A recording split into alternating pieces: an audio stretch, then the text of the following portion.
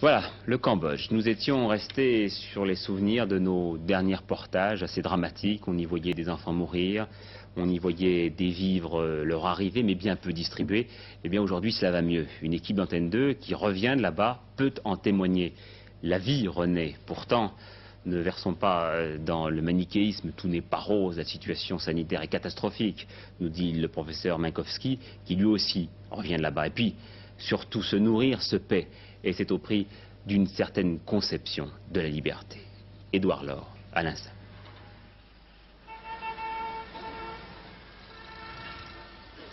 Symbole de la mort pendant 4 ans, symbole de la vie aujourd'hui, cette nuit-là, dans l'un des hôpitaux de Phnom Penh, 5 Cambodgiens sont nés.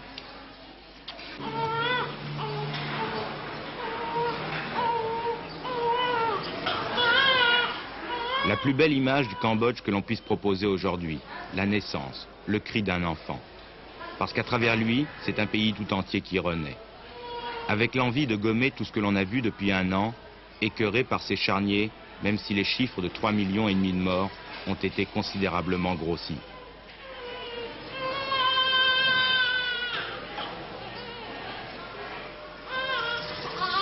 Écœuré par cette vision de gosses mourant de faim, mais que l'on retrouve aujourd'hui devant un bol de riz. Ce sont pourtant ces mêmes enfants qu'il y a à peine quelques mois l'on disait condamnés. Un fantastique travail de la Croix-Rouge et de l'UNICEF, travail silencieux, sans publicité. Même si derrière ce bol de riz, derrière le visage, le regard de ces orphelins, il y a pour toujours les souvenirs d'un épouvantable cauchemar qu'on appelle la famine et la mort. Comprendre enfin que le seul désir aujourd'hui de tous ces Cambodgiens est celui de vivre, simplement vivre.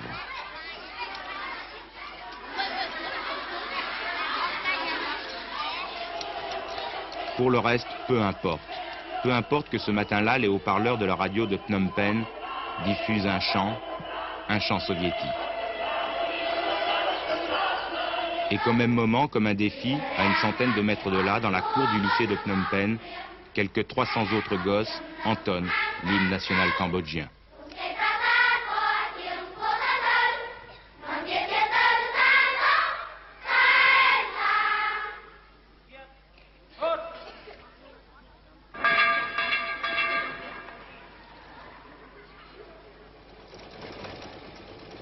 Le prix de cette renaissance, une frontière à mi-chemin entre Ho Chi Minh Ville, ex-Saigon et Phnom Penh.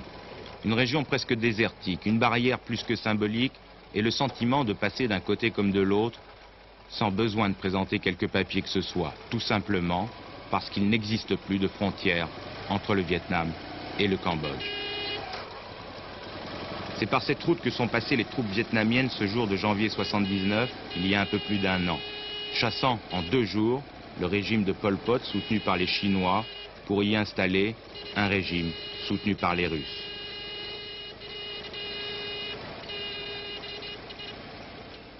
Et pour y installer au passage l'ordre vietnamien, contrepartie de la remise en état du pays. Ainsi de cette plantation de caoutchouc, la richesse du Cambodge il n'y a pas si longtemps. Complètement abandonnée pendant 4 ans, ce sont les Vietnamiens, avec des conseillers soviétiques, qui se chargeront de sa remise en route. Y compris le matériel des usines de retraitement, matériel américain, même si on ne sait pas encore très bien où se procurer les pièces de rechange. Le tout à charge pour les Cambodgiens de fournir à l'avenir en caoutchouc directement à Hanoï et Moscou.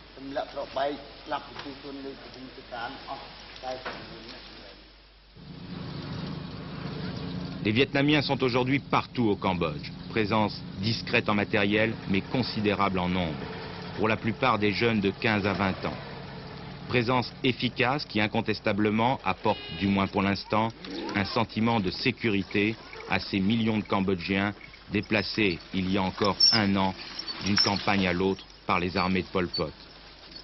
Des milliers de Cambodgiens qui circulent parfaitement libres sur toutes les routes jusqu'au nord du pays, à une dizaine de kilomètres de la frontière avec la Thaïlande, sans que l'on ne signale d'accrochage sérieux avec les anciens partisans Khmer Rouge de Pol Pot, et surtout sans retrouver ces dramatiques colonnes de réfugiés fuyant la famine, la peur et la mort.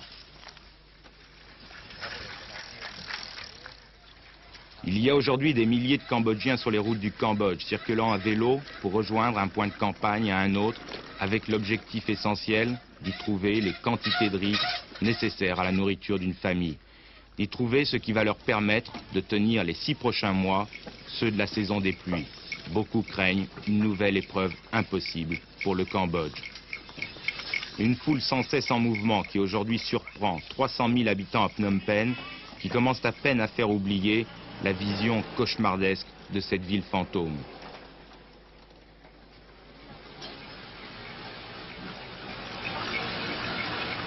Ici aussi, ce qui n'était pas possible il y a encore quelques mois, on entre et on sort tout à fait librement. Faute de matériel, dans une ville qui a été complètement ravagée, Phnom Penh a bien du mal à se débarrasser de son odeur de décombres. Pourtant, quartier après quartier, les Cambodgiens tentent l'impossible. Plan de reconstruction qui va de la fourniture de lits à celle des ampoules pour les feux tricolores des carrefours. Les responsables de la municipalité de Phnom Penh, responsables cambodgiens, ne cachent pas la présence de conseillers, entre guillemets, vietnamiens. Les autorités vietnamiennes qui nous aident d'aménager, de recaser les populations. Mais ça se fait comment ce travail en commun? Ça commence. Comment se passe ce travail en commun? C'est eux qui décident ou c'est vous qui décidez? Non, c'est nous qui décidons. Nous discutons le projet avec les conseillers vietnamiens et enfin ils nous demandent notre opinion et c'est nous qui décidons nous-mêmes. Et l'on peut trouver aussi aujourd'hui au cœur de la capitale ce symbole du renouveau, la place du marché, en pleine activité de 6 h du matin jusqu'au coucher du soleil. Le marché, avec ses produits, nourriture ou autres, importés directement de Thaïlande, officieusement bien entendu et toujours en contrebande, mais qui fait revivre une masse de Cambodgiens selon le système économique le plus élémentaire, celui du troc.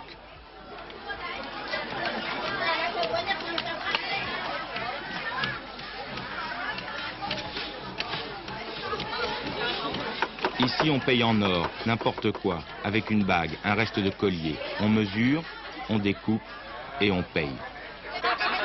Seule autre monnaie d'échange, le riz, dans la mesure où le riz est la base du salaire des Cambodgiens, 18 kilos par mois pour un fonctionnaire, 15 pour un chômeur.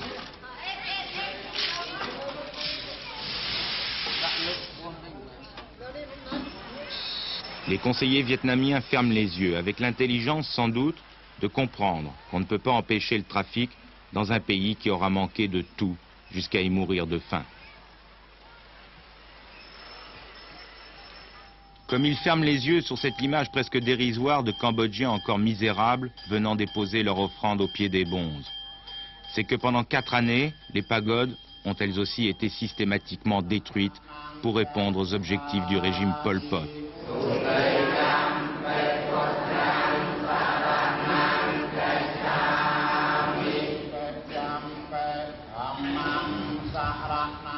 Un aspect du Vietnam qui fait croire à certains Cambodgiens, sans doute naïvement, qu'il n'y a là aucune arrière-pensée, même si l'on sait qu'entre ces deux peuples, la haine n'est pas de circonstance, elle est ancestrale, celle de 2 civilisations totalement opposées.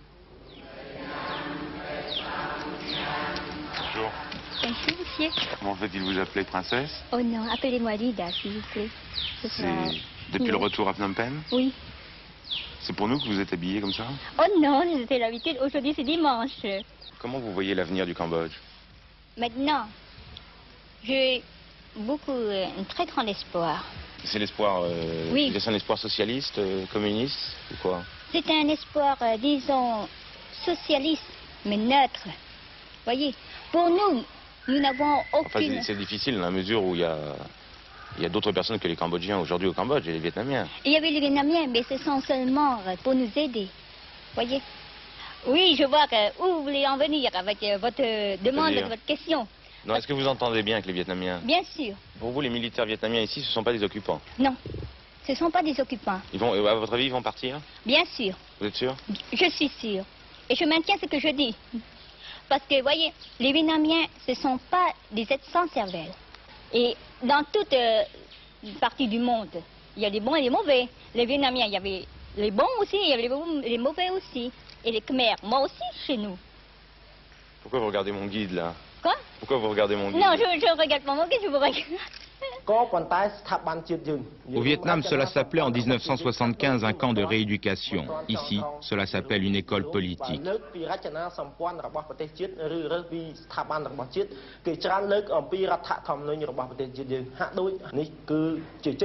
Tous les Cambodgiens, hommes ou femmes, susceptibles d'occuper demain un poste de responsabilité, sont invités à suivre un stage de 2 mois dans une école politique. Un seul jour de congé par semaine, le dimanche, régime de l'internat est levé à 5 heures du matin. Chaque jour, au programme, des cours théoriques sur le marxisme, le léninisme et l'amitié entre Cambodgiens et Vietnamiens. L'après-midi, séance de discussion par groupe. Vous pouvez me dire quel âge vous avez? 37 ans. Qu'est-ce que vous faites à Phnom Penh Avant ou bien en ce moment? En ce moment, je travaille à l'hôtel Norum. Comment est-ce que vous avez appris que vous alliez faire un stage ici? C'est par le canal du comité de la ville, du comité d'organisation de la ville de Phnom Penh. Est-ce que vous pouviez refuser? Ça dépend du travail qu'on nous a donné. Je veux dire, est-ce que vous seriez toujours responsable de l'hôtel où vous êtes? Ça dépend, vous savez, en traversant le stage qu'on a reçu ici. Et après, si on est compétent dans d'autres domaines, ça dépend de la direction du comité de la ville ou bien de la direction de l'école. Ah bon, c'est à la fin du stage qu'on décide si vous pouvez continuer. On décide de continuer ou de changer dans notre métier. Mais vous n'avez pas de cours d'hôtellerie ici? Non, nous n'avons pas de cours d'hôtellerie. Est-ce que c'est pas trop difficile de passer d'un communisme à la chinoise à un communisme à la russe?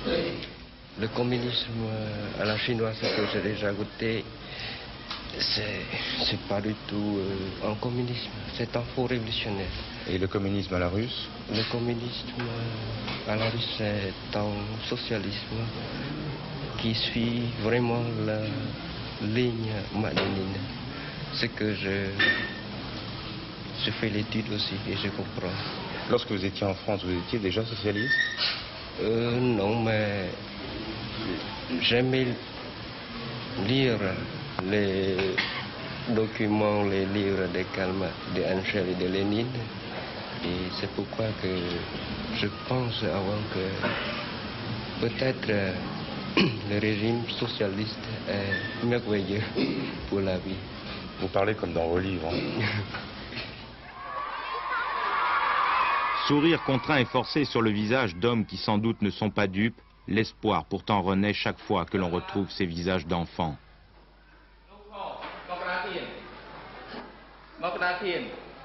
Que ce matin-là, au détour d'une rue, nous soyons tombés sur cette école où aucun rendez-vous n'avait été préparé, que nous demandions l'autorisation de filmer parce que le dialogue entre des enfants et un professeur, cela aussi s'appelle le renouveau d'un pays.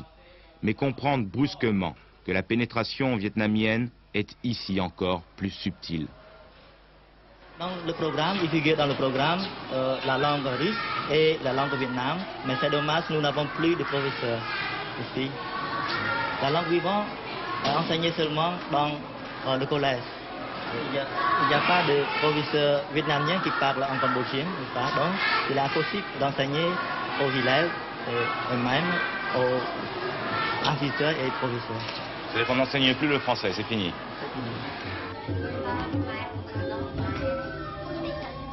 Dans les coulisses du Théâtre National, d'anciennes danseuses de ballet cambodgien se préparent pour une soirée de gala.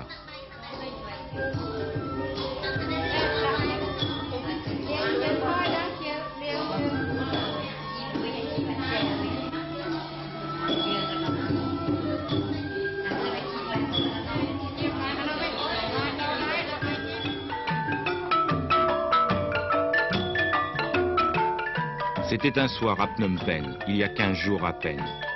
Un soir où l'on se prend à oublier pour quelques instants que si des enfants mangent aujourd'hui au Cambodge, il y a tout de même des hommes de 40 ans dans des écoles politiques, des élèves qui apprendront le russe et le vietnamien.